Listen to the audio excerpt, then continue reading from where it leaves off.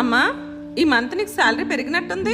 అవును మా. ఎంత వస్తాయి? ఒక 50,000 వరకు రావచ్చు మా. ఈసారి శాలరీ రాగానే నాకు కొంచెం ఎవరా? ఎందుకు?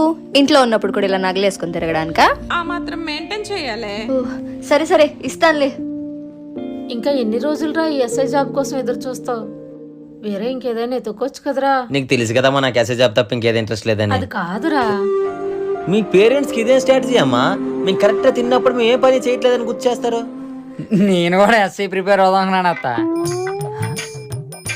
ఏం లేదు అత్త, రెండిట్లు ఇవా. మర్చిపోయాను. రే నారాయణ, నువ్వు సాయంత్రం ఇంటికి వచ్చినప్పుడు కొంచెం కూరగాయలు తెచ్చిపెట్టు. వెళ్ళగంత అత్త, తీరా మార్కెట్కి వెళ్ళక బెండకాయలు మెత్తకొని టమాటాలు ఎరకొని బంగాళదుంపలు కట్టుకొని అని విసిగిస్తావా? మరి మంచిగా చూసి తెచ్చుకోవాలి కదరా. ఏడు దేవాలి మాకు తెలియదు ఏటే. రెండిట్లు పెడతావు కానీ 200 పనులు చెప్తావా? ఏ మాటగా మాటగానే మీ అమ్మ చెట్ని భలే చేస్తుందిరా. పద అందుకే వస్తున్నావు రోజు తినడానికి.